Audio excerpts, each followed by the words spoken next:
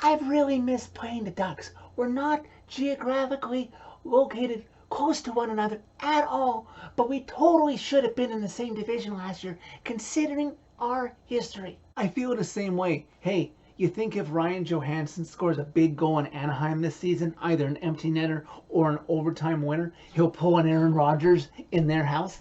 I own you. I own you. I still own you. Where's Kessler?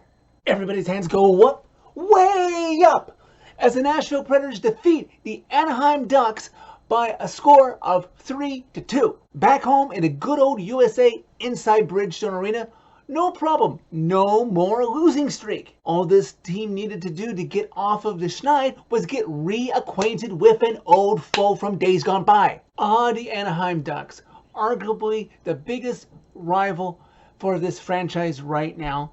Probably second, depends on what portion of the fan base that you poll. This is the first time the Preds are playing the Ducks since January 16th, 2020, thanks in part to the shutdown from last year. And more than that, Preds Nation, if you remember, it was losing to the Ducks earlier in 2020 that resulted in John Hines coming on as head coach. The teams reacquainting themselves with one another quite nicely. Lots of chances, but no goals through the first quarter of the first period. The Preds are able to draw the first power play of the game and are moving the puck around quite nicely, but can't score. And during the second minute of the power play that they have earned, they earn a second one and get a 6-on-4. But instead of giving the puck to Anaheim, which is what they should have done, they kept moving the puck and they didn't end up with a 5-on-3, which is actually better than a 6-on-4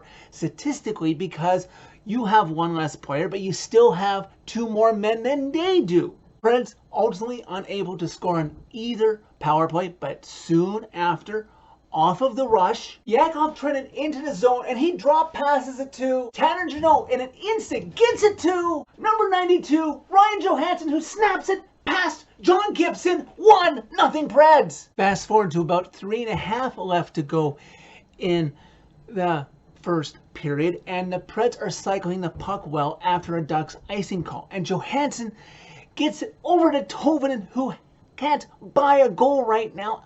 And the Preds still up 1-0. In the dying parts of the first period, off of a Preds turnover, the Ducks with a couple of great chances, but Saros bars the door shut.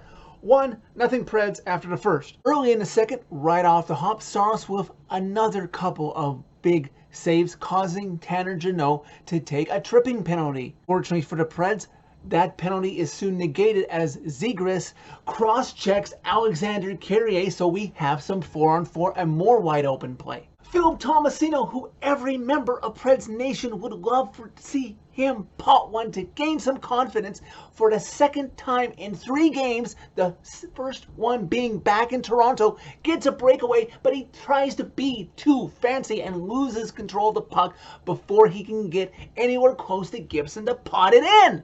Then after the 4-on-4 expired, when the Preds would have a short power play, Yossi of all people would get a breakaway, and he can't lift it by Gibson no matter how hard he tried on that play. Then there's Zegras out of the box as his penalty expires, breakaway on Saros, but Saros shuts the door again. Soon after, loose play in the Preds defensive zone, Fabro can't handle it. Then Cunnin can't get control of it, and Raquel from long distance, beats Saros 1-1. Preds fighting to get their lead back.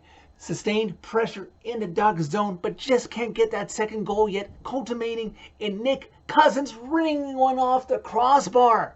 Dante Fabro's best play in the game overall was disrupting a Ducks 2-on-1 that he played to perfection in the last quarter of the second period. Zegras is in the box again as the Preds get to work on the power play, and it basically turns into a 5-on-3.5 as the Ducks have a broken stick.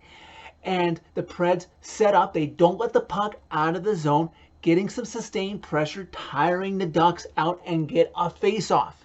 And this time it's the goal scorer who becomes the setup man, because off of the ensuing face-off, Matt Duchene wins the puck back to Number 64, Mikhail Granlund, and he circles around and he skates out, uses the perfect screen to snap it by Gibson. Preds back in front, 2-1. Free Christie cookie for everybody as that goal was scored with under 5 minutes left to go.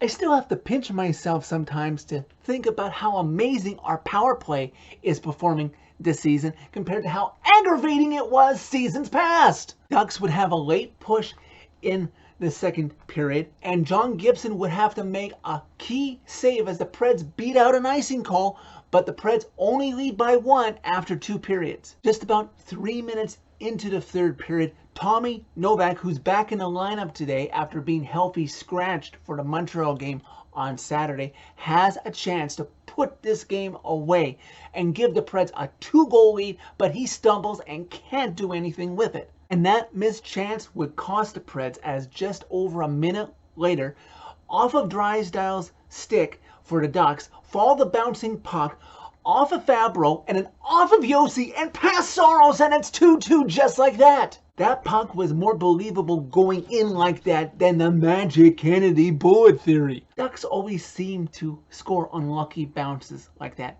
Remember Game 4 back in 2017 in overtime in Bridgestone? But tonight, the Preds would not be denied. Back half of the third period, Yakov Trenin plays the puck out of the Preds defensive zone, gets past one Ducks player and keeps the puck himself, has a 2-on-1, keeps it the whole way, snaps it by Gibson, 3-2 Preds. Just under 5 minutes left to go in regulation. The puck is in the defensive zone of the Ducks, and Yossi has the puck at the blue line, and he mishandles it and is like, oh crap, I better stop this before the Ducks get a clean-cut breakaway on Saros, and he commits interference.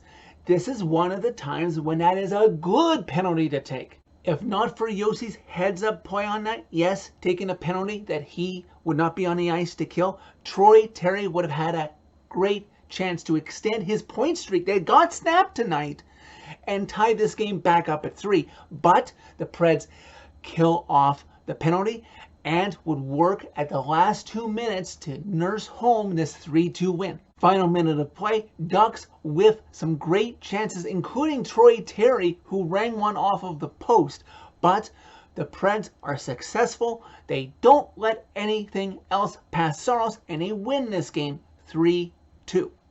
See, just what the doctor ordered. The Preds return home. They don't have a letdown game like a lot of teams do after an extended period of time away from home. All facets of the game were clicking for the Preds. Their power play, which went 1 for 4, and it killed off both of the Ducks' man advantage tries. I hadn't been keeping track of just how well it was doing until Willie and C-Mace mentioned it on the broadcast, but the Preds have the second best power play in the league? Try telling that to Preds fan from 2 to 3 years ago. There's no way they would have believed you it had improved this much. Busy week ahead, Preds Nation, before and after American Thanksgiving, with 4 games this week. Be well fed off of those Thanksgiving leftovers, because the Preds are going to need us to will them to a bounce back week after whatever last week was. So that's it for this video. Thank you very much for watching. As always, click like if you like this video. Click subscribe if you really like it. You can find my social media by clicking on the channel name. Tell all your friends about Predemption. Feels good to have that hatred for the Ducks filling your veins once again, doesn't it, Preds Nation?